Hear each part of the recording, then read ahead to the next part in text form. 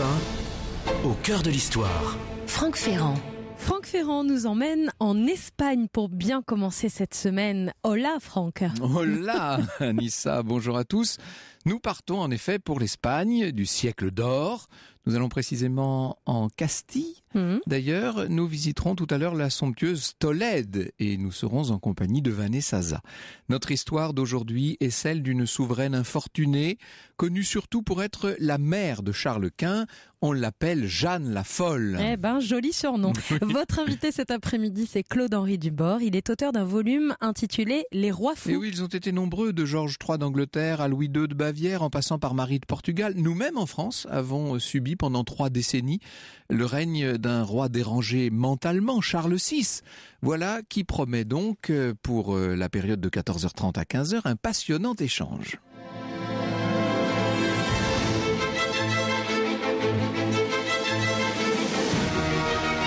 Europe 1, 14h, 15h30.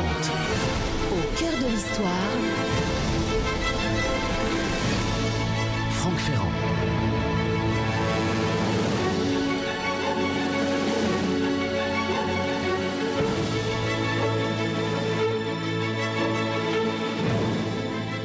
Certains ne deviennent jamais fous, disait Charles Bukowski. Leurs vies doivent être bien ennuyeuses. Jeanne de Castille était-elle réellement démente, comme le laisse entendre donc ce nom qu'elle a laissé dans l'histoire, ou bien a-t-on inventé sa folie pour écarter du trône cette femme qui gênait? A-t-elle été victime des intrigues tramées contre elle par ses proches qui auraient profité ou prétexté de ce dérèglement psychologique pour l'écarter du pouvoir? Est-ce vraiment parce qu'elle était dérangée qu'on l'a enfermée pendant près de 50 ans, ou bien est-ce justement cet internement-là qui peu à peu a altéré sa santé mentale? Jeanne est la fille du puissant Ferdinand d'Aragon, Ferdinand II. Elle est la mère du grand Charles Quint. Elle fait l'objet de nombreuses controverses qui aujourd'hui encore se poursuivent. Du reste, contemporains et historiens se sont opposés bien des fois sur cette question.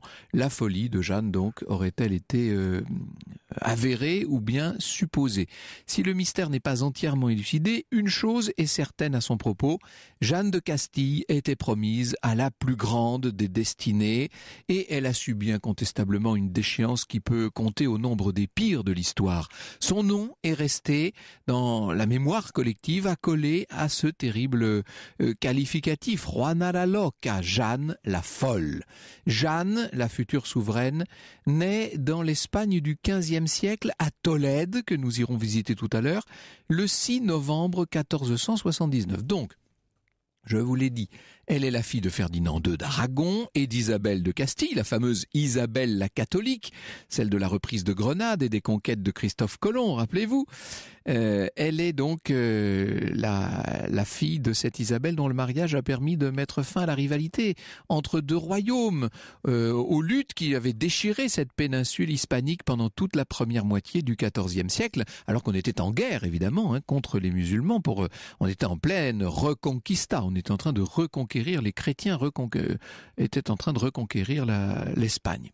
Rien dans la jeunesse de Jeanne ne laisse présager une quelconque forme de démence. C'est une jolie jeune femme, elle a des cheveux absolument magnifiques, des cheveux blonds soyeux, un visage tout doux avec une peau blanche et rose, un regard tout à fait gracieux, bien qu'on puisse, si l'on regarde de très près certains portraits, déceler une once de mélancolie profonde chez cette jeune femme, signe peut-être d'un dérèglement à venir. L'héritière présomptive est aussi une jeune fille qui a reçu une éducation religieuse avec d'indéniables talents pour les arts, pour la broderie, pour la peinture. Elle joue de plusieurs instruments. Enfin, c'est vraiment une jeune femme parfaitement accomplie. C'est souvent le cas. Rappelez-vous le cas de Charles VI, dont le début du règne ressemble à celui d'Alexandre le Grand. Tout est parfait jusqu'au jour où, évidemment, en 1495, la jeune fille a 16 ans. Naturellement, étant donné qu'elle est fille de roi, on réfléchit depuis plusieurs années déjà pour elle à une union stratégique qui permettrait de satisfaire le subtil jeu des alliances européennes. Cette union, qui obéit évidemment et forcément à la raison d'État, cette union toutefois constitue un espoir pour Jeanne. Ça lui permettrait de fuir l'atmosphère de grande austérité qui règne à la cour d'Isabelle la catholique. Ça lui permettrait de fuir un peu cette éducation extrêmement stricte de de sa mère et de ses duègnes, la jeune princesse attend avec impatience de connaître le fiancé qui lui est promis. Et bien voilà que le jour arrive. En 1496, elle découvre enfin l'homme à qui elle est destinée. Il s'appelle Philippe de Habsbourg. Il est le fils de l'empereur romain germanique, s'il vous plaît, le fils de Maximilien Ier et de la duchesse Marie de Bourgogne. Et du haut de ses 18 ans, on peut dire de ce garçon qu'il rayonne. Il est élégant, d'un charme incroyable, avec les traits fins, il est svelte. Bref, sa beauté est telle qu'on le surnomme déjà Philippe le Beau. Comment Jeanne ne pourrait-elle pas immédiatement être séduite? Et de fait, elle est tout de suite conquise. Ce mariage politique, stratégique, arrangé, va bientôt se transformer en ce qu'on pourrait appeler un mariage d'amour, ce qui normalement n'a pas cours à l'époque, évidemment. C'est très rare, oui. Du moins, nous sommes là du côté de Jeanne, ce sont les sentiments qu'elle éprouve. Si on n'a pas de certitude sur la réalité de la future folie de Jeanne de Castille, on a une certitude sur le fait qu'elle a bien été folle d'amour pour son mari, avec qui elle aura 6 enfants, dont le futur Charles Quint. Jeanne aime son époux à un point tel qu'elle ne voit plus que lui, qu'elle ne pense qu'à lui, qu'elle ne jure que par lui. On la voit négliger peu à peu les obligations de la cour, négliger même d'aller à la messe. On est en Castille quand même.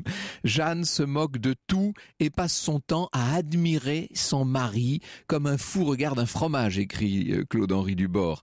Rien n'existe à part lui, elle le suit partout du regard, le dévisage pour deviner son humeur, ne le quitte pas un instant, boit ses paroles comme un vin éternellement nouveau. On peut dire qu'elle a été profondément touchée par l'amour, cette jeune femme, un amour fou qui déjà commence à faire un peu vaciller la raison de la jeune femme. En tout cas, lorsque cet être chéri se transforme en mari infidèle, un mari dont les écarts galants se font de plus en plus nombreux, là, Jeanne devient folle de jalousie. Elle fait subir à son mari les pires scènes, elle se montre de plus en plus nerveuse, irascible, elle harcèle le prince à propos de ses conquêtes, va jusqu'à se venger sur une de ses maîtresses.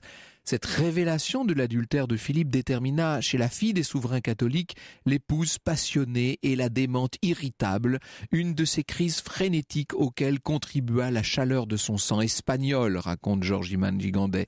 Il y eut au palais une scène effroyable devant laquelle pâlit l'horreur de l'esclandre à Medina del Campo.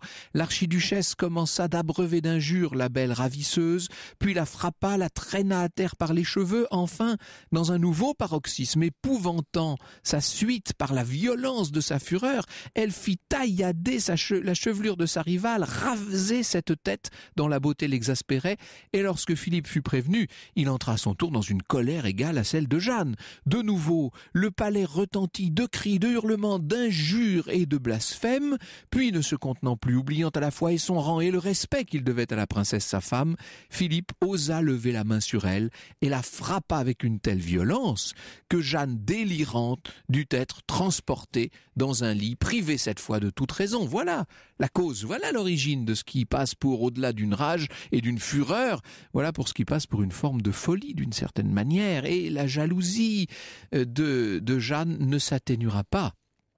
Or, pendant ce temps, sa mère, la reine Isabelle la catholique, qui est âgée, qui est malade, est en train de préparer sa succession. Est-ce qu'elle peut décemment laisser le trône à ce qui de plus en plus est en train d'apparaître comme une forme de démente, de passionnée, qui plus est, de plus en plus... Extrait du concerto d'Aranjuez de Joaquín Rodrigo à l'instant sur Europe 1. Alors nous sommes cet après-midi au cœur de l'histoire de Jeanne Ier de Castille, au début du XVIe siècle. C'est la mère de Charles Quint. Elle est surnommée Jeanne la Folle et on vient de comprendre pourquoi à l'instant. Alors, avant de reprendre l'histoire de Jeanne, quel est le contexte de cette Espagne de la fin du XVe siècle, début du XVIe, Franck? Mais Aragon et Castille ont fait leur unité. Le royaume est maintenant quasiment constitué. La péninsule espagnole a été reprise aux Arabes et on a marqué cette reconquista par la prise de Grenade en 1492.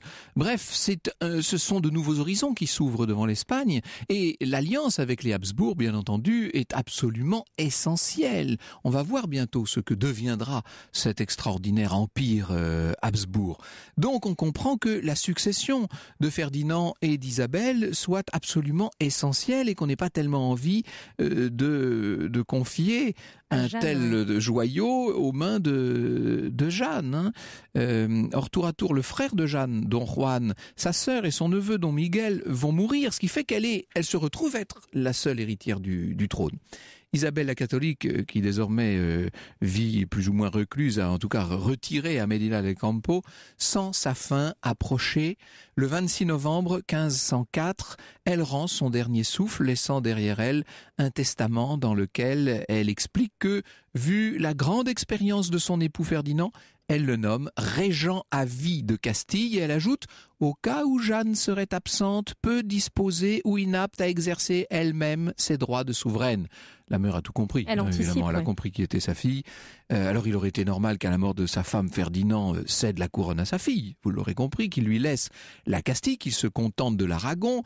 Mais étant donné donc les inquiétudes qu'a exprimées Isabelle dans son testament, il déclare au grand du royaume, de manière assez subtile et ambiguë, je le cite, qu'il a ôté la couronne de Castille de sa tête pour la placer sur celle de sa fille, mais qu'il continuera de gouverner comme lieutenant et régent à vie. Or, quelques jours plus tard seulement, Ferdinand d'Aragon et Philippe le Beau, donc l'époux de Jeanne, signent un compromis qui exclut purement et simplement Jeanne du pouvoir. Ferdinand a convaincu Philippe de l'état mental déficient de son épouse. À mon avis, il n'a pas eu grand mal à le faire. L'esprit de Jeanne serait gravement altéré. Elle souffrirait, je cite, d'une maladie que des considérations de décence et de dignité empêchent d'indiquer clairement. Coup de théâtre, 2 mois seulement après le début de son règne, le 25 septembre 1506, Philippe le Beau meurt subitement, peut-être du fait d'un empoisonnement d'ailleurs, enfin l'hypothèse d'une fièvre typhoïde a aussi été évoquée. La mort subite de cet époux tant aimé, pour Jeanne, est un choc immense. Or, je n'ai pas besoin de vous préciser qu'elle est déjà psychologiquement très fragile. Elle n'accepte pas le décès de son mari. Elle est en déni, vous savez. Elle est inconsolable, accablée de douleur. On raconte même qu'elle refuse de se séparer du corps inerte du défunt. On voit ce cas de temps en temps, c'est toujours terrible d'ailleurs. Un chroniqueur écrit « Saisie d'un désespoir sans nom, Jeanne a résisté avec rage à ceux qui voulaient la séparer de ce beau corps qui, 10 courtes années, avait été son unique souci. Elle l'a dévotement entouré d'un cadre funèbre et elle le promène à travers la Castille, ne roulant que la nuit, ne s'arrêtant qu'à l'aube dans des villages frappés de stupeur, puis le cadavre exposé, s'enfermant dans quelques lieux clos en disant qu'une épouse qui a perdu son mari, soleil de sa vie, ne doit plus voir la lumière du jour. Alors, est-ce que c'est vrai tout ça ou est-ce qu'on en a rajouté? Toujours est-il que Jeanne finit par être séparée de force du corps de son époux mort lorsque ce dernier est déposé au couvent de Santa Clara et que le père de Jeanne, Ferdinand, l'a fait de son côté interner purement et simplement à Tordesillas. Il prend à ce moment-là acte de la mort de son gendre, il prend acte aussi de la folie de sa fille, ça vous aurez bien compris que ça n'a pas été très difficile et c'est lui désormais qui assumera pleinement le pouvoir en Castille. Pendant pas moins de 14 longues années, Jeanne est donc prisonnière des murs épais et impénétrables de la forteresse de Tordesillas. Elle est encore enfermée lorsque s'éteint Ferdinand en 1516. Ferdinand qui laisse donc à son petit-fils Charles Quint un royaume désormais unifié. Charles n'est pas encore empereur du Saint-Empire romain. À l'époque, il ne sera élu sur le trône du Saint-Empire qu'en 1519. Alors, est-ce qu'il va faire libérer sa mère? Bien sûr que non, au contraire, il a tout intérêt à la laisser interner. On ne sait même pas si Charles Quint a rendu visite à sa mère pendant les décennies d'emprisonnement qui ont tellement assombri ses jours. On pense qu'il est allé lui rendre visite une fois. On sait en tout cas qu'il l'a placé sous la garde du marquis de Dénia, qui est une sorte de geôlier en chef de la captive de Tordesillas. Dans une lettre qui date de janvier 1522, ce marquis de Dénia écrit à Charles Quint, donc désormais à l'empereur: « Si votre majesté voulait employer contre elle la torture, ce serait à bien des égards rendre service à Dieu et faire en même temps bonne œuvre contre la reine elle-même. Les personnes de sa disposition ont besoin de cela. Et la reine, votre grand-mère, punissait et traitait sa fille, la reine, notre souveraine, de la même façon. » Autrement dit, puisqu'Isabelle était dure avec Jeanne, pourquoi ne le seriez-vous pas à votre tour? On a envie d'être sous la garde d'un tel geôlier, vous imaginez? Les conditions d'incarcération de Jeanne sont terribles. Sa prison, car je crois que c'est le terme qu'il faut finir par employer, n'est pas une prison dorée. Sa fille Catalina, donc Catalina, la sœur de Charles Quint, conjure son frère dans une missive, je la cite, « Par l'amour de Dieu de permettre que la reine, sa souveraine, pût se promener dans le corridor le long de la rivière ou dans celui où l'on gardait les tapis et qu'on ne l'empêcha point de se rafraîchir dans la grande salle. » Elle se plaint en fait de ce que sa mère doit supporter, le régime extrêmement strict, l'avarice générale de ceux qui ont en charge ce qui devrait être normalement son bien-être et en vérité les mauvais traitements qu'ils lui font subir. Dans ces conditions, la folie de Jeanne va peu à peu prendre des proportions qu'elle n'avait jusqu'alors pas atteintes, à moins même qu'on ne l'ait finalement rendue complètement folle à force de mauvais traitements. Cet après-midi sur Europe 1, Franck Ferrand vous raconte l'histoire de Jeanne Ier de Castille, appelée Jeanne la Folle. Vous pouvez bien sûr réagir à cette émission, poser vos questions à Franck Ferrand et son invité. Et puis de 15h à 15h30, nous irons nous balader à la découverte du patrimoine de Tolède, à 70 km au sud de Madrid. Nous serons donc au cœur, au centre de l'Espagne cet après-midi. Vous connaissez la région, n'hésitez pas, venez nous en parler sur Twitter avec le hashtag ACDH ou sur la page Facebook. Au cœur de l'histoire, Franck Ferrand revient dans un instant. Europe 1, au cœur de l'histoire. Europe 1, au cœur de l'histoire. Franck Ferrand. Alors cet après-midi, Franck, vous nous racontez l'histoire et le destin, le parcours de Jeanne Ier de Castille, appelée Jeanne la Folle. C'est la mère de Charles Quint, ça on l'a vu. Maintenant, ce qu'on aimerait savoir, c'est si elle était folle avant cet emprisonnement terrible, ou si cet emprisonnement terrible l'a fait devenir folle. Et c'est la grande question. Et au nombre des phobies nombreuses qui empêchent cette femme de mener une existence normale, il y a celle de la signature. Vous savez, il n'est pas question pour elle de signer le moindre document. Elle a une peur bleue à l'idée d'apposer sa signature sur quoi que ce soit, comme si c'était une part d'elle-même qu'elle y mettait. Il faut croire qu'elle a aussi quelques raisons de se méfier des documents que lui transmet son entourage. Elle sait très bien qu'on peut lui faire signer en quelque sorte son arrêt de mort. Et par ailleurs, elle devient de plus en plus muette. Elle se réfugie dans une sorte de silence. On la voit de plus en plus vivre dans une forme de catalepsie, disons les choses. Elle refuse souvent de se lever. Elle refuse de se laver. En 1520, elle a quand même droit à 100 jours de liberté, une sorte de répit dans cette vie terrible. Répit qui précède une seconde période de captivité bien plus longue et bien plus difficile encore que la première. En décembre 1520, Jeanne est de nouveau captive, toujours dans sa forteresse de Tordesillas. Charles n'a aucune pitié, aucune compassion pour sa pauvre mère, qui vraiment maintenant a sombré dans la folie. S'il est possible d'émettre quelques doutes sur la réalité de sa folie avant cet ultime emprisonnement, nous dit Claude-Henri Dubord, ce ne l'est plus après. Sa raison chancelle. Elle s'imagine harcelée, poursuivie par de mauvais esprits, hurle en croyant voir un gros chat noir venir déchiqueter les âmes de son père et de son défunt mari. Assaillie de soudaines terreurs irrationnelles, elle est victime d'hallucinations récurrentes. Plus les mois passent, moins elle bouge.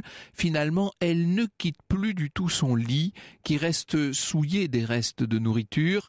Ce n'est plus une reine, c'est une infirme, une pauvre femme abandonnée, maltraitée, dépouillée. Son seul réconfort dans cette prison, c'est l'infante Doña Catalina, qui donc est née immédiatement après la mort de Philippe, or, qui est un peu comme une forme de survivance de ce mari tant aimé. Or, un matin, comme d'ordinaire, Jeanne se réveille et demande à voir l'infante. C'est la première chose, c'est peut-être même la seule chose qu'elle fasse, dans une sorte de borborique, mais vous savez, je veux voir l'infante. Elle ne la voit pas, elle commence à paniquer, elle imagine le pire, par exemple que sa fille a été enlevée par des brigands. Il y a eu, dans la chambre obscure de Tordesillas, une scène qui dépassa en violence tout ce que le geôlier Denia eût pu imaginer, nous dit Georges Iman Gigandet. La reine, désespérée, se roula sur le sol, elle déchira ses vêtements, se lacéra le visage et refusa toute nourriture avant que l'infante ne lui fût rendue. Au fil des années, la situation de Jeanne se dégrade donc. Elle s'aggrave d'une façon effrayante. On va la voir vivre dans un dénuement de plus en plus complet, au physique comme au moral. Elle est toujours plus seule. Un jour, elle tombe gravement malade, une fièvre violente qui s'aggrave et la met maintenant en danger de mort. Et ce qu'il faut vous dire, et ce qui nous étonne pour une personne de son rang, vous imaginez ça, elle est quand même la mère de l'empereur. Personne ne s'occupe véritablement d'elle.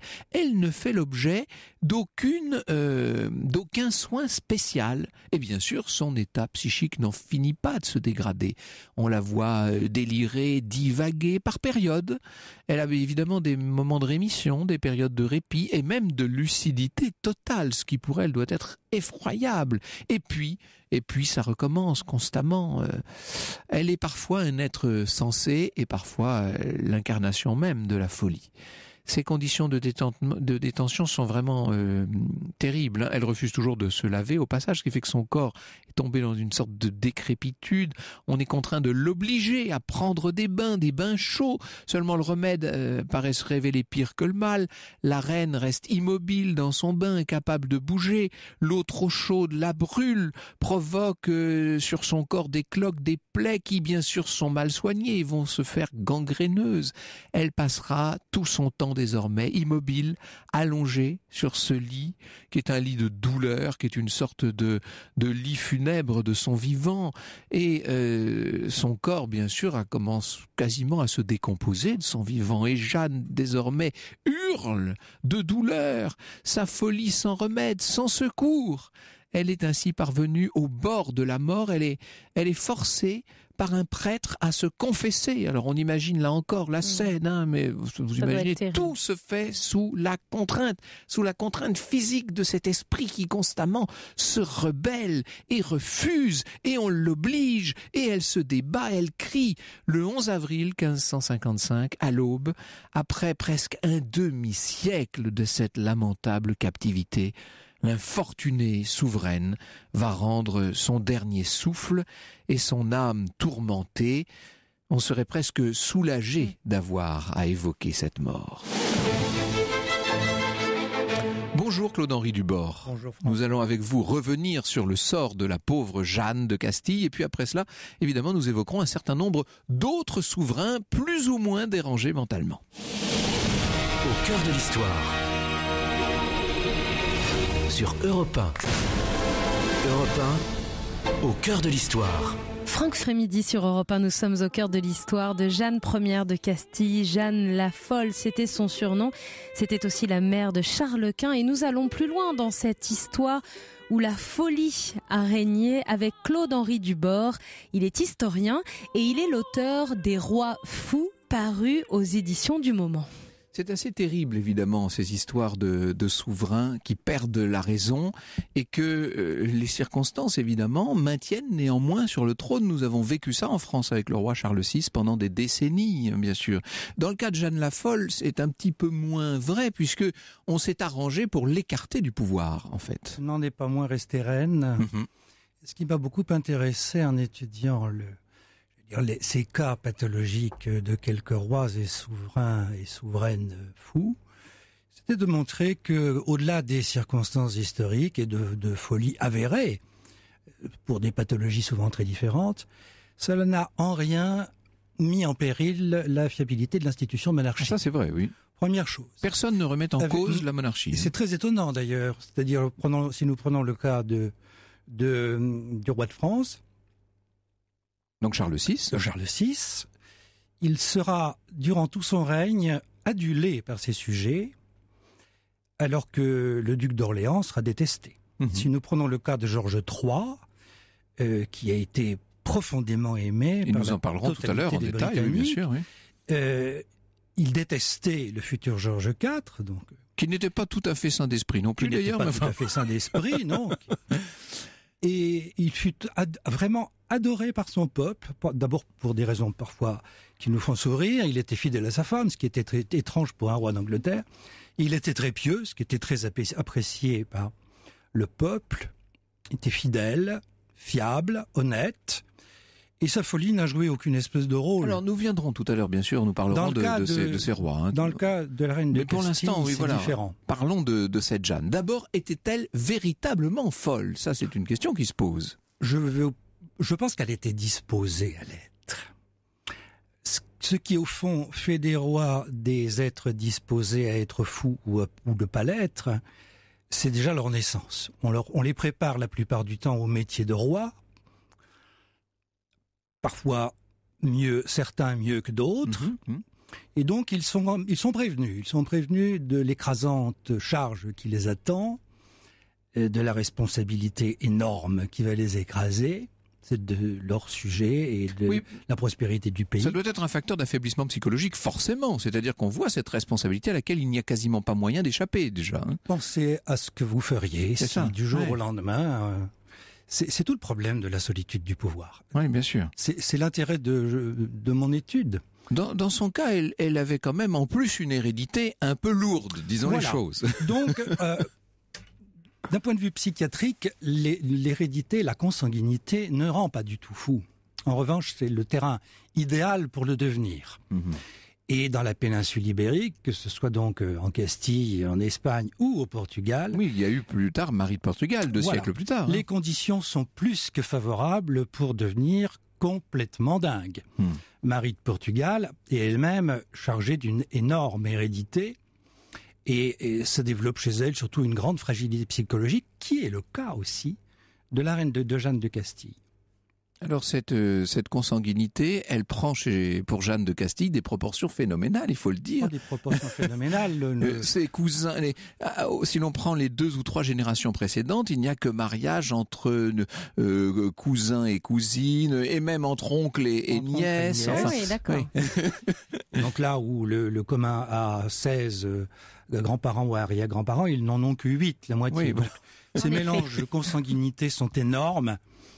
Ce qui fera d'ailleurs ensuite, se verra, n'est-ce pas, la mâchoire prognate de Charles Quint est un signe de... On dit que ça vient des Habsbourg. Ça vient des Habsbourg, mais les Habsbourg n'ont pas non plus réussi de leur côté, parce qu'il y avait déjà des ancêtres communs, à régénérer ce sang qui était déjà un peu épuisé. Alors, dans son cas, il y a donc cette hérédité vraiment peu favorable, à laquelle vient s'ajouter une éducation d'une rigueur presque invraisemblable. Une rigueur abominable, et d'ailleurs elle est étrangement à l'époque déjà élevée en partie par sa mère, ce qui ne se fait pas du tout. Ensuite, cette pauvre princesse, je souris toujours en disant... Toutes ces petites jeunes filles qui rêvent d'être princesses, si elles savaient comment certaines d'entre elles ont été traitées, elles rêveraient moins, différemment. Et elle manifeste 2 bizarreries épouvantables pour l'époque. La première n'est pas très pieuse. Donc cette dans l'Espagne très catholique, la Castille très catholique. Cette absence de dévotion dans une Espagne ultra catholique, dévorée par une dévotion pathologique, non seulement fait un peu tâche, comme on dirait aujourd'hui, mais est un signe déjà presque compris. De déviance. De déviance, sinon de démence. Il faut être fou pour ne pas être dévot. Première chose. Deuxième chose, elle commet cette chose invraisemblable, d'aimer son mari. Alors là, et non seulement d'aimer, parce que ça pouvait arriver, mais là, elle tombe amoureuse à la folie. Amoureuse de son mari. Comme on dit aujourd'hui, raide dingue. Raide dingue, jalouse, possessive, et on la regarde vraiment comme une démente pour cette autre raison-là. Et il faut dire que lui a un comportement qui ne va pas aider, puisque ses infidélités vont avoir tendance à... Et elle les surprend, non pas la main dans le sac, mais plutôt la main dans le vertugadin. Et ça fait un drame terrible, comme vous l'avez dit tout à l'heure. Et pour le coup, elle manifeste alors déjà des symptômes d'atteinte psychique. Elle devient taciturne, muette. Entre 2 crises de jalousie. Entre 2 crises de jalousie. Et elle n'a par ailleurs pas de disposition naturelle à l'exercice du pouvoir. Ça ne l'intéresse pas vraiment. C'est la raison pour laquelle elle refuse de signer quelque document que ce soit. Mais les conditions sont en place. Elles se mettent doucement en place. D'abord, on l'y aide. Et on la surveille très vite. On lui envoie des dominicains pour la l'interroger, pour être certain du bien fondé de sa foi, pour l'incliner à plus de pénitence, à plus de dévotion. Et elle s'y refuse. Son caractère rebelle l'incite à une résistance permanente. Elle parle de moins en moins. Et l'on assiste lentement. Vous allez me dire, ce n'est pas encore la folie manifeste. Non, non. Mais on s'y achemine doucement. Et plus cette folie va être manifeste, plus ceux qui ont eu tendance à la tenir à l'écart vont se trouver confortés dans leur position, à commencer par son propre fils. Le rapport de Charles Quint à sa mère ne peut être expliqué que lorsqu'on sait qu'elle ne l'a pas du tout élevé, et pour cause. Il avait lui une maman de substitution quand même, ça il faut le dire, hein, Marguerite d'Autriche. C'était elle sa véritable mère par l'esprit, si je puis dire, et donc sa génitrice, sa mère biologique, était plutôt pour lui une source d'embarras. Tout à fait. Mais les deux raisons majeures de l'enfermement auquel il condamne sa mère sont l'une politique, c'est l'unité de l'Espagne et de l'Empire, et il sacrifiera tout à cette unité-là, et la seconde raison est d'ordre religieux. Eh oui, bien sûr. Il faut que l'Espagne une soit entièrement catholique.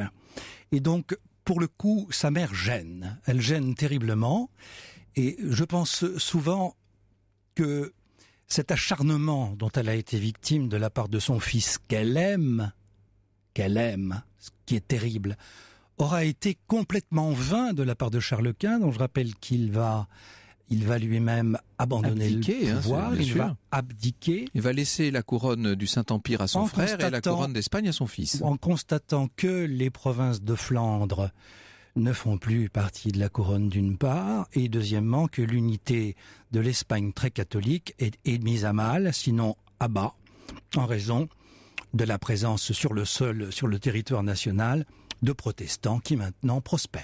Oui, donc en fait, l'acharnement, ou ce qui semble être l'acharnement de Charles Quint à l'égard de sa pauvre mère, a été totalement inutile. Et ne se justifie en rien. Là, il y a une forme de cruauté, au moins par défaut, qui ne peut laisser de surprendre. Europe 1, au cœur de l'histoire. Europe 1, au cœur de l'histoire. Franck Ferrand. Nous sommes au cœur de l'histoire de Jeanne la Folle, Jeanne Ier de Castille cet après-midi, et plus généralement des rois et des reines fous, avec Claude-Henri Dubord, qui est historien et auteur des Rois fous, paru aux éditions du Moment, et une émission qui vous fait beaucoup réagir sur les réseaux sociaux. Roselyne notamment rappelle donc que Charles Quint descendait du duc de Bourgogne et des comtes de Flandre, qu'il est bien né à Gand, qu'il a été élevé en Flandre où il est resté jusqu'en 1517, c'est vrai. Alors que ses parents, eux, étaient dans la péninsule hispanique. Ça posera des problèmes de cour à cour et diplomatiques. Les grands d'Espagne ayant beaucoup de difficultés à supporter la haute noblesse des Flandres. Tout ça créera des tensions terribles et fort peu de mixité entre ces deux cours-là. Je me rappelle d'un texte que j'avais lu étant jeune qui disait « Jeanne la folle, psychotique, phobique et nécrophile ». L'accusation de nécrophilie est uniquement liée à son comportement au moment de la mort de son mari, tout simplement, en fait. Hein. Oui, mais par ailleurs, quand on regarde un peu de plus près les us et coutumes de l'époque, le lien à la mort est très différent de celui que nous entretenons aujourd'hui. Vous savez, vous connaissez sans doute cette réflexion de Picasso, qu'il dit que pour un Espagnol, aller à la messe, à la corrida ou au bordel, c'est la même chose. Le rapport à la mort, pour eux, est absolument essentiel. Viva la muerte, vous savez. Donc, ils ont un rapport à la mort très différent au XVIe siècle, et encore plus dans la péninsule, que nous en avons un aujourd'hui. D'autres souverains se sont montrés plus ou moins nécrophiles. Et vous parliez tout à l'heure de Georges IV, qui n'est pas officiellement considéré comme fou, qui avait quand même... Il dînait avec la tête de Charles Ier, quand même. Oui, de Charles Ier sur sa table, oui. Ça n'est pas quand même un signe de très grand équilibre, ça. Bon, alors, nous allons peut-être laisser la pauvre Jeanne dans sa forteresse de Tordesillas et évoquer un certain nombre des autres souverains ou grands personnages de l'histoire qui ont été dérangés mentalement. Alors, vous avez placé en tête, si je puis dire, Caligula. Il se trouve que nous avons parlé de Caligula il y a quelque temps. On va peut-être pas revenir sur les folies de Caligula. C'est un cas passionnant. Oui, c'est un cas, on pourrait presque dire infini, lui, dans son genre. Et qui n'est pas le seul parmi les empereurs romains, du reste. Non, Néron est un cas absolument fascinant aussi. Mais j'ai voulu parler de Caligula parce que, d'abord, il n'a pas régné très longtemps. Et puis parce que j'ai voulu essayer d'appliquer une méthode à l'analyse de chacun de ces cas, dont aucun, évidemment, à l'exception de Louis II de Bavière, n'a eu affaire à un psychiatre. Et pour cause, la psychiatrie n'était évidemment pas inventée. Donc comment déduire une pathologie à partir des éléments dont nous disposons et qui sont pour beaucoup sujets à caution.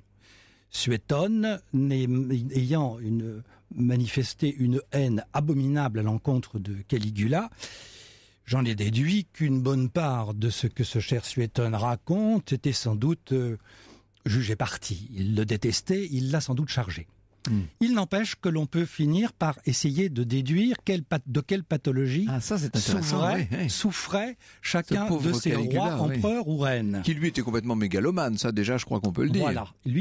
Mais je pense que dans le cas de Caligula, il y a vraiment ça m'a beaucoup intéressé d'essayer de faire un rapport étiologique de chaque cas, d'en étudier la cause et les symptômes. Il souffre d'épilepsie.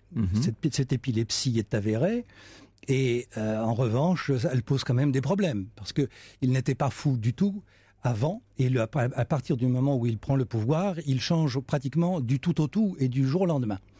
Donc certains ont suggéré qu'il pouvait y avoir derrière ce brusque changement une manœuvre.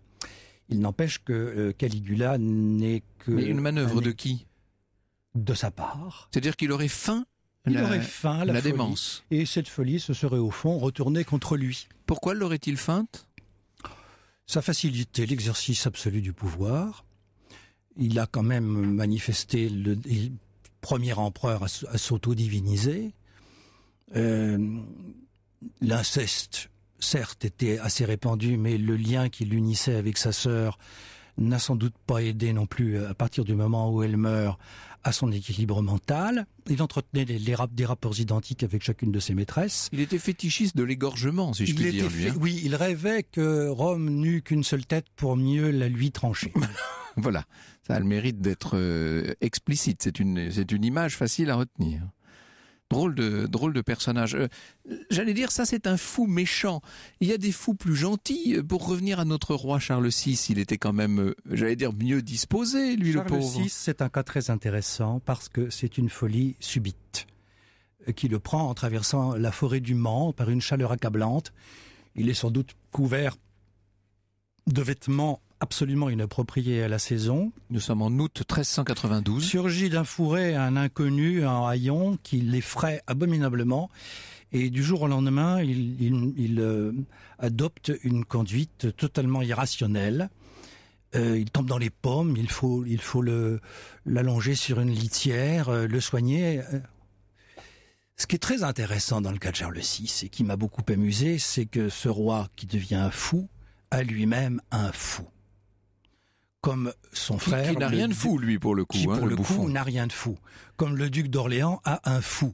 Et je me plais à imaginer ce que pouvait être cette cour, où le roi était fou et où il y avait des fous du roi partout. Donc, ça devait être très différent de l'exercice que nous connaissons aujourd'hui du pouvoir. Quoique, peut-être que les gens qui prétendent aujourd'hui devenir président de la République auraient besoin... d'un fou, d'un bouffon. De temps en temps, d'un bouffon pour les ramener, non pas... Mais ils ont nos imitateurs à la radio tous les matins. Vous savez. Oui, mais ils devraient les avoir à proximité. Ça les aiderait peut-être à garder les pieds sur terre. Charles VI a donc subi sa folie pendant de très nombreuses années sans que jamais personne ne remette en cause la légitimité de son pouvoir, jamais. Vous nous le dites. C'est un tout petit peu différent dans le cas du roi Georges III d'Angleterre quand même. Georges III, pour le coup, nous savons pourquoi il est devenu fou. Il souffrait de porphyrie, d'absorption à l'époque souvent massive de métaux lourds et d'arsenic dans les dans les potions que l'on ingérait. Nous savons par exemple que la cyclothymie de Beethoven a les mêmes causes. Il a absorbé des quantités astronomiques d'arsenic, ce qui a sans doute favorisé une propension à sa bipolarité. Dans le cas de Georges III, nous pouvons déduire sa pathologie parce que nous avons procédé à des analyses de mèches de ses cheveux. Nous savons qu'il souffrait de maux abdominaux absolument terribles, et ce sont des causes objectives de la porphyrie.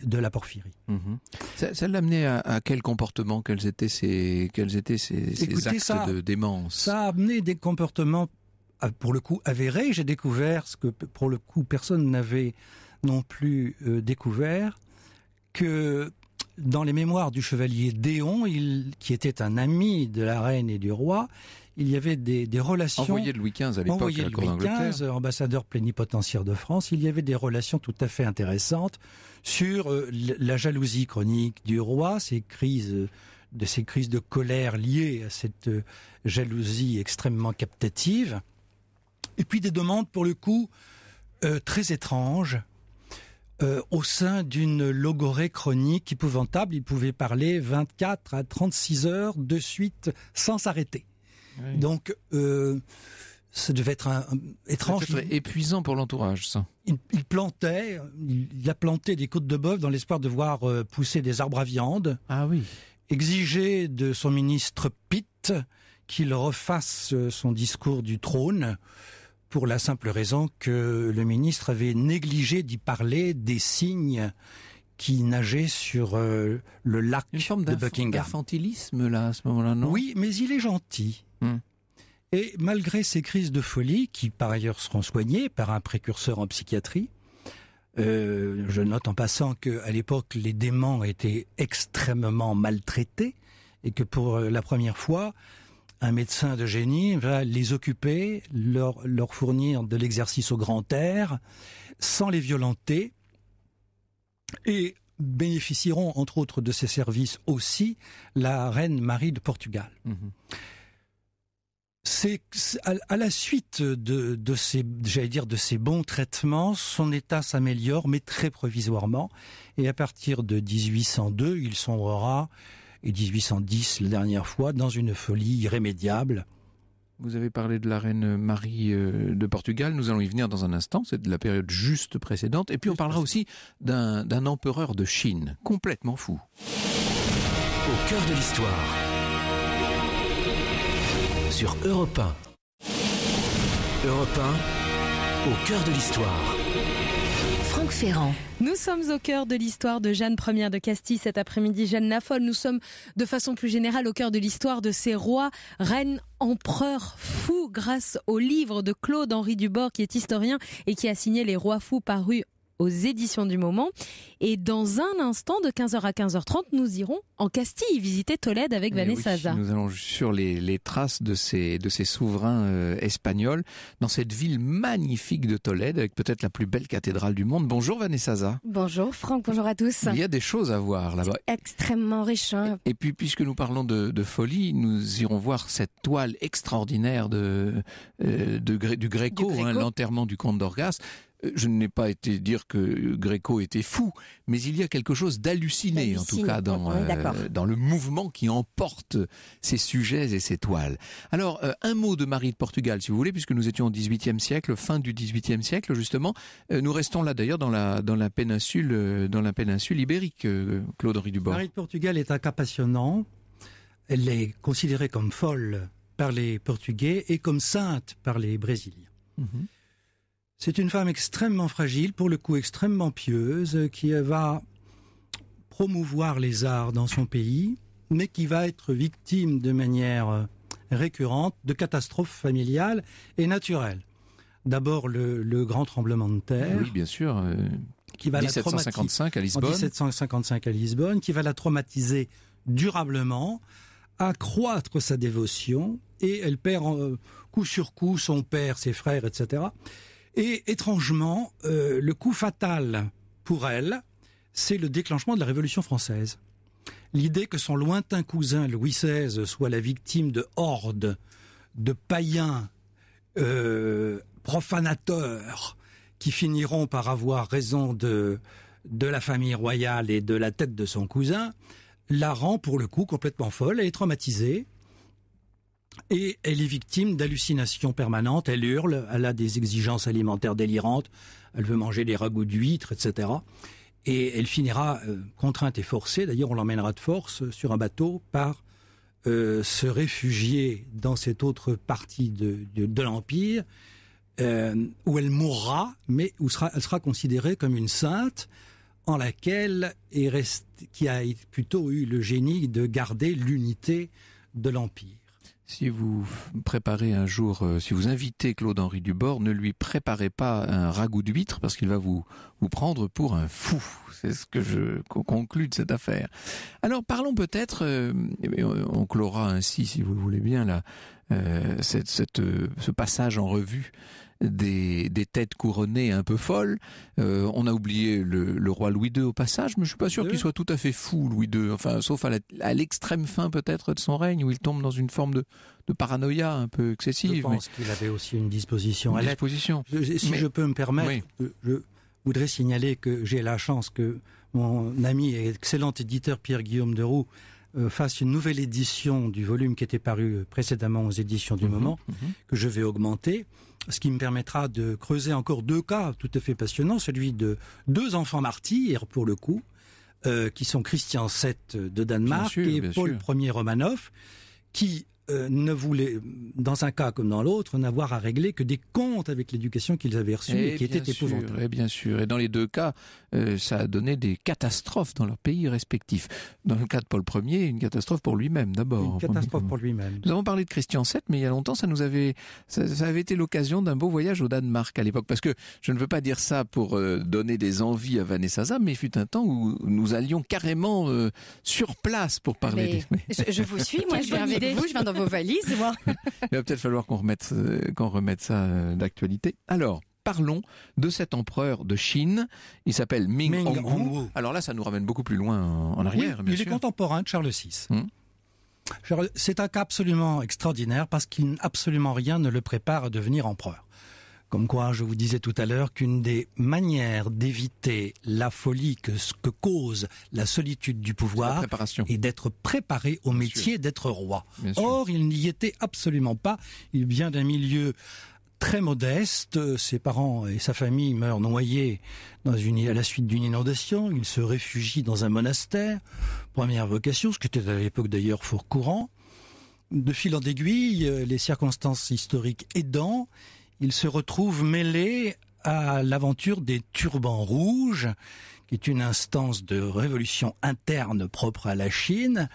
Il y fait ses preuves, il y fait ses armes, il gravit très vite les échelons hiérarchiques. Parce qu'il est très intelligent. Très intelligent, brillantissime. Il séduit la femme du chef et finira bientôt par le remplacer, s'auto-proclamera d'abord duc et ensuite empereur, à une époque où l'unité de la Chine vacille et cet homme, qui est un fin stratège, qui éliminera sans doute de manière douteuse les rivaux possibles en les noyant, n'est pas du tout préparé à diriger un pays aussi vaste et aussi tourmenté que la Chine d'alors. Et cette écrasante responsabilité va, de manière patente, accroître chez lui une psychose galopante qui va lui faire prendre des décisions abominables, accablantes. Il va faire assassiner la totalité des eunuques, mettre le pays sous surveillance générale et mener une politique abominable à l'encontre de sa population sous des fins politiques extrêmes. Oui, alors là vraiment c'est un cas de folie dont on peut dire qu'elle est meurtrière dans ses effets. C'est terrible. Meurtrière dans ses effets et elle durera jusqu'à la fin de ses jours. Et ça arrive seulement à partir du moment où il est au pouvoir, c'est-à-dire que... Oui, c'est assez étonnant. À partir du moment où il est au pouvoir, il se croit en danger. Il l'est d'ailleurs. Et le danger pour lui vient nécessairement de l'intérieur. Oui, c'est ça. La peur de cette espèce d'administration chinoise, il fait liquider tous les eunuques. La psychose va galopant en se manifestant par des crises de violence abominables. Il interdisait à ses ministres de s'éloigner de la cour de façon trop marquée. Enfin, c'était la population aussi était soumise à des permis pour avoir le droit de circuler. De passeport, en fait. Et par ailleurs, il institue déjà avant la lettre un système de surveillance territoriale générale. Donc il instaure en Chine, il fait plutôt de la Chine un pays d'espions. Oui. On peut dire là que c'est le pouvoir, lui, qui l'a rendu fou, en fait. Hein. L'absolu avec peut-être pouvoir le rendra absolument une prédisposition, fou. Sans doute. Oui, voilà. Si on voulait... plagier Montesquieu. L'absolu pouvoir l'a rendu absolument fou. Ouais, c'est ça. D'une façon plus générale, est-ce qu'on peut dire de ces souverains déments qu'ils sont la limite du principe monarchique ? Vous avez soulevé la question au tout début de cette émission, et c'est vrai que c'est une question qu'on peut se poser, puisque par principe même, et ce n'est pas le cas d'ailleurs de cet empereur de Chine, encore une fois, mais dans tous les autres cas, ce sont des gens qui sont rois par la grâce de Dieu, ou en tout cas par le décret de la Providence. Et donc on ne peut pas y échapper, en quelque sorte. Nul ne conteste leur légitimité. Oui. Ce qui est très étonnant dans l'analyse de chacun de ces cas, c'est qu'elle ne mettra en effet jamais à mal la fiabilité de l'institution monarchique, comprise comme un facteur de régulation de la nation et de sa représentativité par la personne du roi, qui est forcément sacré. Claude-Henri Dubord, Les Rois Fous, c'est édité aux éditions du Moment.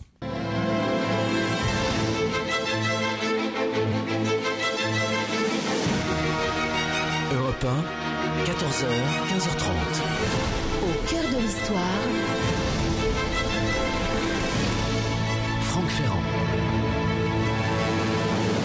Cet après-midi, jusqu'à 15h30, la Ferrand Mobile a pris la direction de l'Espagne, à 70 km au sud-ouest de Madrid. Nous sommes à Tolède, en Castille, pour découvrir cette ville, son patrimoine et puis bien sûr ses spécialités.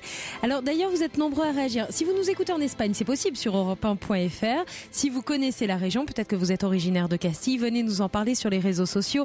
Twitter avec le hashtag ACDH et la page Facebook Au cœur de l'histoire. On attend vos messages. Et nous avons déjà celui de Teresa qui nous dit à Tolède, il faut visiter la Iglesia de Santo Tomé, on va le dire en espagnol bien sûr, avec le tableau d'El Greco. Eh bien rassurez-vous Teresa, nous allons en parler avec Vanessa Za, que vous retrouvez tous les dimanches matins sur Europe 1 avec Wendy Bouchard dans les escapades culturelles. Alors évidemment Vanessa, que nous allons évoquer d'abord la situation si particulière de cette Tolède juchée sur son promontoire dans une boucle du Tage, hein, c'est absolument magnifique. C'est extrêmement important justement que vous ayez ce tableau vraiment dans la tête, parce que ça représente vraiment toute la grandeur de cette ville. C'est vrai que Tolède a une situation exceptionnelle. Vous disiez évidemment qu'elle était en haut d'un promontoire, un promontoire de granit, et elle est encerclée par le Tage à l'est, au sud, à l'ouest, et puis elle s'élance après vers le nord sur le plateau castillan, et toute la ville est coiffée comme ça de miradors, ce qui fait que la lumière est très particulière, un peu comme à Venise, à Bruges, vous avez ce soleil qui se reflète dans l'eau, qui fait un effet miroir et qui fait que la pierre éclate de couleurs avec toutes ces couleurs ocre.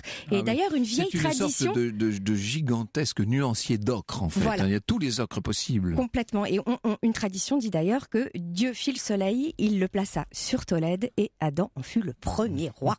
Voilà. Mais c'est surtout...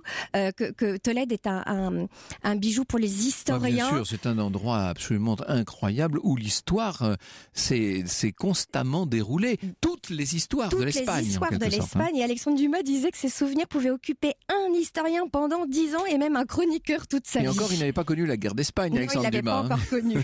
Mais c'est vrai que c'est une vraie richesse. C'est pour ça d'ailleurs que la ville a été reconnue au patrimoine de l'humanité en 86, qui lui a redonné aussi beaucoup de splendeur. Mais vous avez... à Tolède, la ville des 3 cultures. Il y a eu les 3 religions, donc des traces des 3 cultures, l'islam, le judaïsme les catholiques. Donc on va le voir dans toutes ces pierres, dans tout ce style arabo-andalou. Bien sûr. Voilà. Et on est dans cette, n'oublions jamais, l'âpreté somptueuse des paysages qui encadrent la ville, d'où qu'on y vienne, c'est très souvent, et c'est un peu le problème avec les villes, c'est que les abords sont parfois un petit peu douteux. Mais là, d'où que vous arriviez à Tolède, vous êtes obligé de traverser cette Castille un peu désertique, ces sierras extraordinaires. Voilà, c'est des terres très agricoles, hein. Vous traversez des champs de blé, des coquelicots, un peu de vignes, et puis en même temps, vous avez donc des crêtes, des pitons sur lesquels s'accrochent donc les castillos, hein, tous ces châteaux qui ont d'ailleurs participé à ces guerres entre chrétiens et musulmans. Et c'est justement donc la ville de Tolède qui fut la première reconquise en 1085. Ce qui fait que dès 1085, Tolède est de nouveau chrétienne. Elle n'aura été musulmane que pendant 3 siècles et demi à peu près. Oui, à peu près. De 711 à 1085. En fait, elle dépendait du califat de Cordoue, bien sûr. Oui. Voilà. Et c'est surtout que c'est une ville qui a accueilli aussi les plus célèbres savants arabes, dont Azarkiel, vous savez, le mathématicien, l'astronome, vous savez, celui qui avait inventé la clepsydre, l'horloge à eau. Oui. Et d'ailleurs, ce qui est amusant, c'est réinventé en l'occurrence. Et réinventé. Et quand en fait le roi Alfonso X a voulu les faire démonter, il n'est jamais parvenu à les remettre en route, tellement c'était perfectionné. Il avait démonté les horloges, mais jamais pu les remonter. Il n'a jamais pu les remonter. Il y a une passion des rois d'Espagne pour l'horlogerie. Évidemment, on sait à quel point Charles Quint avait réuni au monastère de Yuste, où il finira par s'éteindre, une extraordinaire collection de montres et d'horloges. Tout à fait. Alors, l'Alcazar de Tolède, c'est d'abord un vestige de cette culture-là, bien entendu. Et alors on remonte même avant, parce que c'était un oppidum romain, oui, bien sûr, à l'époque. oui, bien sûr. Voilà. Et puis après, c'est devenu un palais wisigoth, avant de devenir cette forteresse donc arabe, qui est devenue par la suite la luxueuse résidence royale donc de Charles Quint. Alors maintenant, dans l'Alcazar, il y a un musée donc militaire. Il y a plusieurs armures à voir. Il y a aussi une tente de campagne de Charles Quint, mais ça va jusqu'à notre époque plus contemporaine, puisque on y voit même une pèlerine de Franco qui est donc exposée. Il faut savoir que l'Alcazar de Tolède, nous avons raconté ça à ce micro, bien sûr, à un moment ou un autre, je ne sais plus quand, mais il y a longtemps, vous me direz, il y a très longtemps, il y a au moins 10 ou 12 ans, mais le siège de l'Alcazar de Tolède est un des grands moments de la guerre civile espagnole. Voilà, et c'est surtout que quand vous allez visiter donc ce musée militaire, il faut aussi que vous puissiez pousser les portes de la bibliothèque, parce qu'elle compte 300 000 volumes. C'est l'une des bibliothèques les plus importantes d'Espagne. Alors, et puis, partout, tout ça a été fortement rénové au XXe siècle, mais partout, les figures de Ferdinand et d'Isabelle, le père et la mère de notre pauvre Jeanne la Folle, qui ont laissé un souvenir. C'est curieux parce qu'elle n'est quasiment jamais évoquée, mais ses parents sont très présents, Claude-Henri Dubord. Très présents. Il faut dire que les lieux s'y prêtent. Ils sont à la fois austères et somptueux. Je trouve que c'est une des plus belles villes que j'ai jamais vues au monde. Le soleil y est écrasant et l'atmosphère envoûtante. Oui, c'est vrai que c'est particulièrement beau. Il ne faut pas oublier les corbeaux qui font partie du paysage. Enfin, il y a cette dimension assez étonnante. Oui, il y a quelque chose qui plane, qui est un peu noir aussi de temps en temps d'ailleurs, mais qui rappelle tout sombre ce passé. Sombre et beau, avec voilà, écrasé d'un soleil qui rend ces ocres d'autant plus étonnants. C'est une ville extraordinaire aussi par les traditions. Bien sûr. On en parlera. Celle du fer, les fines lames les plus extraordinaires qui soient au monde. Pour apporter de Tolède les meilleurs coupes-papier aujourd'hui à défaut d'autre chose. Mais enfin, si vous êtes un adepte des armes blanches, vous ne rentrerez pas sans quelques souvenirs. On parlera de tout ça tout à l'heure. Parlez-nous de la Tolède chrétienne, si je puis dire. Donc très tôt, dès le XIe siècle. Moi, j'avais envie de vous parler. C'est compliqué, parce que vous avez bien compris qu'on pourrait faire 10 ans d'émission sur Tolède. Mais justement, Ferdinand et Isabelle ont eu un vœu en fondant le couvent de San Juan de los Reyes, qui est un incontournable. Saint-Jean des Rois. Voilà, et qui se trouve dans l'ancien quartier juif de Tolède. Et ils ont voulu fait le construire pour commémorer la bataille de Toro qu'ils ont remportée. Et donc ils ont édifié un grand monastère franciscain qui a été bâti par Juan Guas, qui est en fait le fils d'un tailleur breton, pour la petite anecdote. Et c'est un chef-d'œuvre du style gothique flamboyant, avec quand même des influences moderar, et puis en même temps de la Renaissance. Et en revanche, vous avez quand même une patte chrétienne, avec sur la façade, toutes les chaînes des chrétiens libérés donc des morts. Alors le coup de cœur dans ce monastère, c'est évidemment le cloître, avec ses baies ogivales qui sont toutes ornementées, on dirait de la dentelle de pierre, vraiment. c'est d'une finesse, et avec un jardin très touffu qui sent la fleur d'oranger. Les jardins sont odorants, on est déjà aux portes de l'Andalousie. On est aux portes de l'Andalousie complètement. Et alors vous avez des gargouilles insolites, donc levez les yeux, regardez, observez, prenez vos appareils photos. Il y a des animaux si bien familiers comme des chats ou des aigles, mais des animaux monstrueux, et puis aussi des personnages donc populaires. Voilà. Alors c'est bien à Tolède qu'est née notre Jeanne la Folle. Jeanne la Folle. Jeanne la Folle est née là. Voilà. Ce qui est absolument fascinant, si je peux me permettre une seconde, c'est d'établir par exemple un lien entre Tolède et Palerme. Ce sont pour moi deux villes absolument extraordinaires, pour une raison de mixité historique religieuse. Et ce sont les seuls endroits en Europe où on a pu voir la réussite que peut donner le mélange des influences juives, islamiques et chrétiennes, pour le plus grand bonheur non seulement de la culture ambiante, mais de l'architecture. Europe 1, au cœur de l'histoire. Europe Au cœur de l'histoire. 1, Franck Ferrand.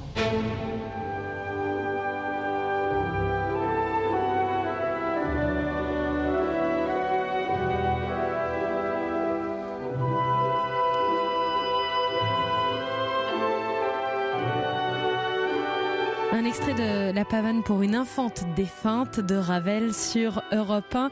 Alors nous sommes à Tolède, dans la Ferrand mobile. Le soleil tape fort. Et ça fait du bien parce qu'on en a besoin en ce moment. D'ailleurs, Floriane nous dit sur Twitter qu'il est agréable de voyager avec vous sous le soleil de Tolède quand on est coincé dans son bureau parisien. Bon courage, Floriane. Et nous sommes Ce qui n'est pas nombreux... notre cas, nous, évidemment. Non, ce n'est pas notre cas. Nous avons cette chance, effectivement, de pouvoir voyager. Et nous sommes nombreux dans la Ferrand mobile cet après-midi.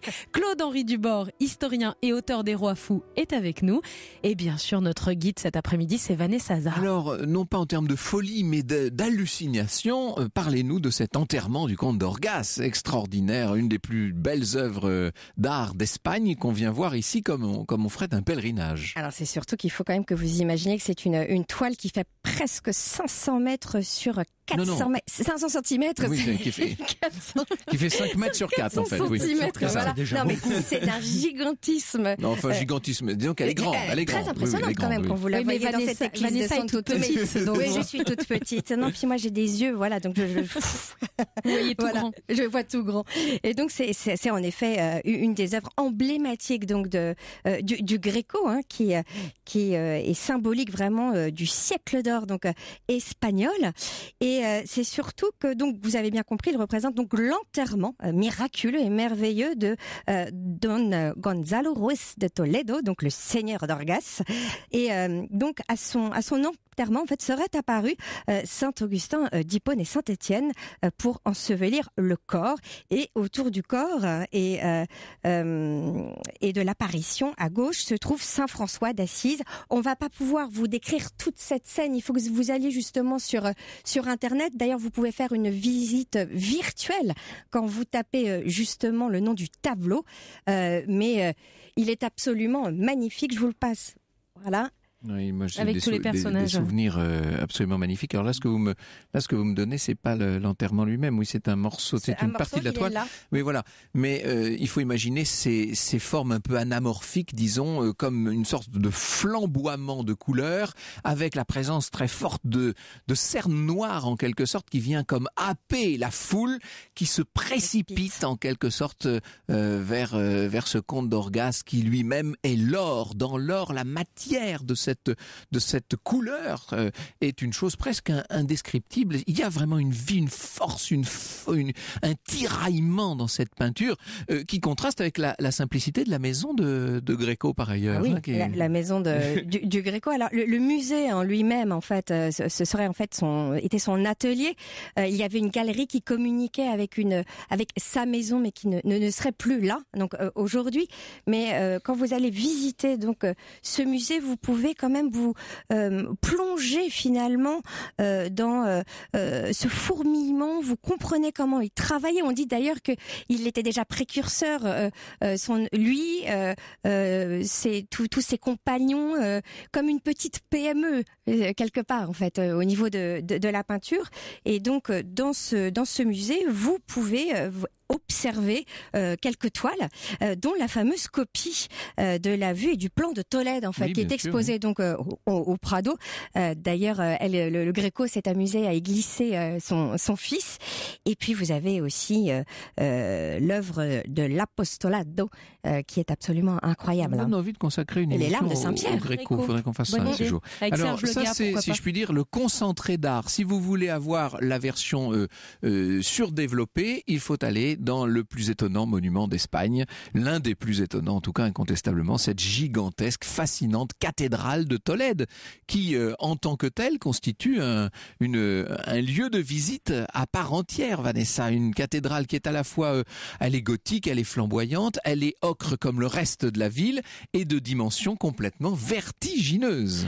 C'est vrai que c'est vertigineux quand vous arrivez, que vous pénétrez dans cette nef qui est absolument incroyable. Vous avez l'impression de dérouler comme ça un tapis. Mais c'est surtout que même avant même de rentrer, quand vous voyez donc cette tour clocher, alors qui ne se visite pas, elle est extrêmement haute puisqu'elle fait quand même 116 mètres. Donc je ne sais pas si vous pouvez imaginer la vue qu'on aurait si on pouvait donc y pénétrer. Et dans le chœur, il y a une grille qui est assez spectaculaire. Oui, extraordinaire. Elle a demandé quand même 7 ans de travail.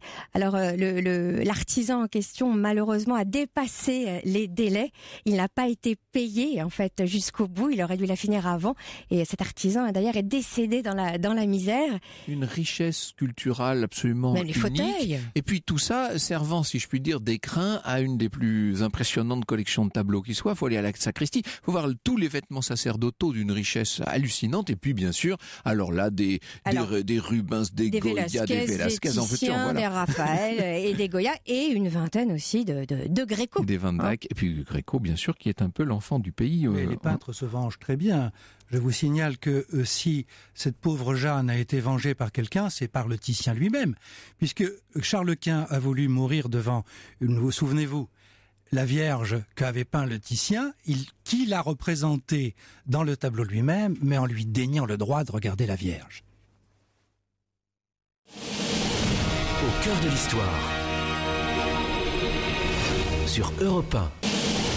Europe 1, au cœur de l'histoire. Franck Ferrand. Nous sommes en Espagne pendant encore quelques minutes jusqu'à 15h30 sur Europe 1 à la découverte de cette magnifique ville. Bon, je crois que je peux vous le dire, il l'a dit hors antenne, il en est amoureux. Franck Ferrand adore Tolède et nous vous faisons découvrir cette ville au sud de Madrid avec Claude-Henri Dubord et Vanessa Zah, notre guide. Il faut dire, Vanessa, que ce n'est pas seulement un musée, parce que là, nous évoquons depuis un certain temps des œuvres capitales et des lieux magiques, l'Alcazar, la cathédrale, le musée Gréco, mais évidemment, c'est une ville qui vit, c'est une ville avec une âme très forte, très forte, bourrée de légendes et de traditions. Des traditions, des légendes, il y en a, j'en ai regardé, il y en a presque une vingtaine. Il y en a une que j'aime particulièrement qui s'appelle la légende du puits amer.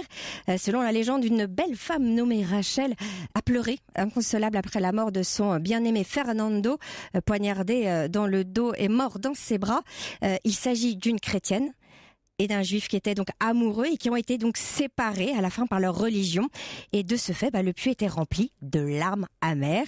Et donc on trouve ce lieu en se promenant en fait dans les ruelles de Tolède. Et ça en dit beaucoup justement sur encore ce mélange de cultures. Les Roméo et Juliette de Tolède. Et voilà, Oui, exactement. et c'est vrai que la mort est très présente en même temps, mais elle est présente partout, mais elle est sublimée. J'insiste plus encore sur le fascinant mélange de cultures C'est vrai. qui est vraiment le plus stupéfiant que j'ai vu avec Palerme. Ah oui, incontestablement, c'est vrai que c'est fascinant. Tout ça prend une dimension encore plus extraordinaire avec la Semaine Sainte, Alors bien la sûr. Semaine Sainte qui On est en sort passée. là juste, oui. C'est assez impressionnant, dans toutes les villes d'Espagne, mais surtout à Tolède. Mais alors là, on est vraiment dans quelque chose de très sobre. C'est très lourd. Il y a toutes ces processions où ils sont tous habillés, toutes ces confréries, et puis le soir avec ces flambeaux à la nuit tombée, la musique très importante. Il va y avoir une autre fête là qui arrive le 15 juin. C'est le fameux Corpus Christi, ou la fête de Dieu. Et alors là, les rues vont prendre une autre allure. Elles vont revivre. Elles sont couvertes en général d'auvents de toile. Et puis alors, tout le sol est tapissé d'épices, du thym, du romarin. Les façades sont décorées de fleurs, de tapisseries. Et mais donc, c'est la ville des épices et des herbes aussi. Ouais, aussi, mais on est en pleine Castille. Il ne faut pas oublier la soupe à l'ail, bien sûr. La fameuse soupe à l'ail. Vous voulez que je vous en parle tout de suite? Oui, si vous voulez. On y va. Alors la soupe à l'ail. Pour la manger, ça ne vaut pas la peine. Qu'on appelle aussi la castillane. C'est la castillana, oui. La castillana, le bouillon qui est préparé toujours dans un bol de terre cuite, et donc avec des poivrons secs, de l'ail, de l'huile, et puis du piment rouge moulu, et puis un petit peu de jambon cru, et puis on y ajoute aussi du pain et des œufs. Mais il faut savoir que là-bas, la gastronomie, donc on est vraiment dans la terre, mais la cuisine tolédane repose sur le gibier et la viande, et surtout la perdrix. La perdrix ou en marinade. Oui, à Ségovie, c'est l'agneau, à Tolède, c'est la perdrix. C'est la perdrix. Donc la perdrix ou en marinade ou à l'estouffade. Et on doit la cuisiner très lentement dans une poêle dans laquelle, en général, on a déjà préparé un petit fond d'oignon, d'ail et de laurier. Et en général, il faut utiliser des perdrix de moins d'un an, ce qu'on appelle des perdreaux, des perdigones. Comment est-ce que vous savez que la perdrix a moins d'un an, vous? Alors, moi, je ne sais pas, mais vous voulez que je vous dise qui m'avait raconté ça? Oui. Mon ex-belle-mère, parce que moi, mon ex-mari est espagnol, et elle m'a appris beaucoup de choses sur la cuisine espagnole. C'est le cas de dire s'il faut une perdrix de l'année. Une perdrix de l'année. Voilà l'origine même de l'expression. Bon, alors toute cette région absolument magnifique, cette région tolédane, est traversée de routes, la route du Lazarillo, la route des Visigoths, la route pour le commerce, la comarca de la Jara. C'est ça? C'est quoi ça? C'est les routes, la route pour le Sierra de San Vicente. Bref. Et puis, celle qui nous intéresse, parce que vous avez choisi celle-ci, la route de Cervantes. De Don Quichotte, là, donc on revit, on part sur les pas de Don Quichotte et de son serviteur, Sancho Panza. Vous savez quand même que c'est le livre le plus édité et le plus traduit quand même après la Bible. Et alors, ce qui est intéressant, c'est de partir. De Don Quichotte. De Don Quichotte. Ah bon, écoutez, vous voyez. Je suis pas persuadé qu'en France, le Don Quichotte ait le même succès que dans d'autres pays. J'ai des souvenirs d'école, mais mais dans tous les pays, on oublie aussi. Il y a d'excellentes nouvelles traductions. Bon, alors très bien, mais dans tous les pays d'Amérique latine, d'Amérique centrale, et oui, mais même en Asie. Et alors, ce qui est intéressant, en fait, c'est que vous pouvez partir. Alors là, moi, je vous conseille, en revanche, de prendre une voiture parce que c'est extrêmement mal desservi. Donc là, il faut pouvoir louer une voiture pour aller donc traverser donc toute cette route. Et là, vous allez vivre entre le mythe et la réalité, puisqu'il y a même des villages donc qui sont évoqués dans le fameux Don Quichotte, dont le fameux El Toboso. Et là, vous allez voir El Toboso, la fameuse maison de la Dulcinée de notre ami. Et il y a même une statue de Don Quichotte agenouillé, comme ça, juste devant la maison. Et c'est vrai que Cervantes mentionne très souvent ce village dans son livre. Il avait d'ailleurs dit que ce village serait fameux et renommé pendant des siècles, et c'est le cas. Il y a des moulins à combattre dans la région, il y a en effet des moulins incontournables. Là, on est à Consuegra. On va retrouver une vingtaine centaine de moulins qui ont en plus été récemment rénovés, mais parfaitement rénovés. Ils ont gardé quand même tout leur charme. Après, vous allez à Argamasilla de Alba, où se trouve le supposé cachot de Cervantes, celui de sa deuxième détention. Et puis alors après, vous allez... La détention du Manchot. Du Manchot. Et après, vous allez traverser les gorges de la Sierra Morena, où Sancho pleure son âne perdu. Et puis, vous allez aller jusqu'à la petite ville d'Almagro, où Cervantes a fait jouer certaines de ses comédies. Et d'ailleurs, il existe toujours un petit théâtre à ciel ouvert, comme ça, que vous pouvez regarder. Il est intégré à la vieille place. Vous savez, ces vieilles places traditionnelles espagnoles. Il faut que nous insistions, Vanessa, sur le charme infini de cette Castille. Évidemment que ça ne fait pas partie des régions touristiques réputées. Tout simplement, il n'y a pas la mer, disons les choses. On est en pleine terre. Ça n'a peut-être pas tout à fait les charmes évidents d'une partie de l'Andalousie. C'est moins coté incontestablement que la Costa Brava ou le Pays Basque. Bon. Mais c'est un endroit divin. Il y a du tourisme, évidemment, mais un tourisme raisonnable, si je puis dire. Et vous êtes plongé dans les siècles, dans l'épaisseur des siècles. Si vous aimez l'histoire, si vous aimez les légendes... Les pierres parlent, les pierres. Et si vous avez une sensibilité à cette âme espagnole, c'est là que vous la trouverez, en fait. Et alors, j'irais même plus loin, c'est que quand vous voyagez en Espagne, et d'ailleurs pas que dans la Castille, il faut absolument que vous poussiez les portes des paradores. Vous savez ce que c'est que les paradores? Des grands hôtels de l'époque franquiste. De l'époque franquiste, en fait, c'était une manière de pouvoir sauver les monuments. Et donc, vous avez pour pas cher le moyen de pouvoir dormir dans des hauts lieux du patrimoine. On dort dans des châteaux, tout simplement. On dort dans des châteaux, voilà. D'ailleurs, il y en a un à Tolède. Un parador. Un parador. Et là, vous avez une vue absolument incroyable. Surtout le Piton Rocheux, parce que vous êtes juste en face. Et si j'avais un hôtel et un restaurant à vous recommander, c'est l'Hacienda del Cardenal. Et alors, c'est un lieu absolument exceptionnel. La ferme du Cardinal, voilà. On dit. Merci pour la traduction, Franck. Et c'est une hacienda... Il est bilingue. Plus que bilingue. Oh là. Une hacienda splendide, donc avec des notes arabo-andalouses, avec des jardins, avec des fontaines, évidemment. Toutes ces odeurs de fleurs viennent vous titiller comme ça les narines. Et il y a un restaurant assez incontournable où vous pouvez goûter du cochon, de lait et de l'agneau au four. Merci avec simplement beaucoup, du Vanessa. petit bois de chêne, et c'est ça qui donne le goût. Avec vous, on y est, on a envie d'y rester.